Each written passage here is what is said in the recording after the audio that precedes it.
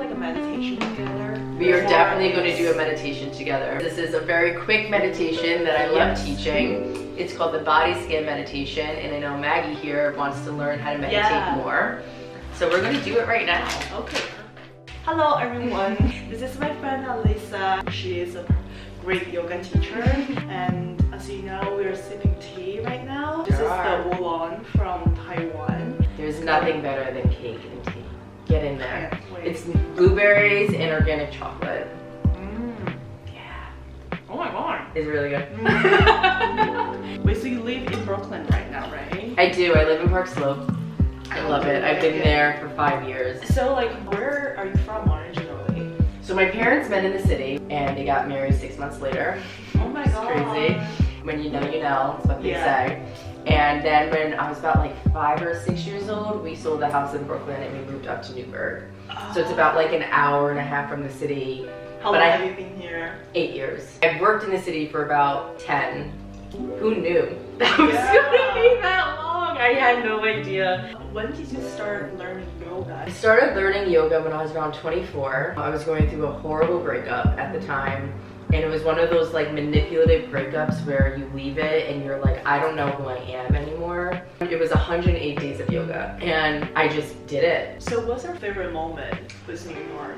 One of my favorite moments was when I ran the half marathon last year, which was like so intense, but so incredible. I was in the moment where like, I just hated the city. It was like the 7-year itch. The mind was just like horrible for me in that moment because I was just so in a bad space. I started running and it just kind of came to me kind of like yoga did. What is the most valuable lessons you learned in New York? Don't take things personally is a big lesson because like you said, we're a lot of people going through it. We have a very weird mutual respect here for one another. We all wake up every day, we're all immediately bombarded with each other from the second we walk out of our apartment. So if you have to choose 3 adjectives to describe your relationship with New York, what would that be? It's mysterious, it's exciting, it's everything. It is a love relationship. You know, New Yorkers are loving. How do you express your emotions? Laying there and like kind of things come through my mind, I just jot it down just to get it out of me. I think how your body moves in your workouts or my yoga is a big expression of like what I'm feeling that day. Whether I need to feel more powerful, more grounded, more restorative, and more like relaxed. So like starting your internal work. When I was 24 because I was dealing with a breakup and I just needed something to get me more inside of my body. But then through the teachings of yoga, I started realizing my thoughts and I started realizing how I felt and I started realizing forgiveness, like true forgiveness, like true forgiveness of people. So you did all of that through yoga practice? But like not consciously. It kind of happened like unconsciously. So I know you started like your YouTube channel. What was the message that you want to send it out to it? It's so funny to say that.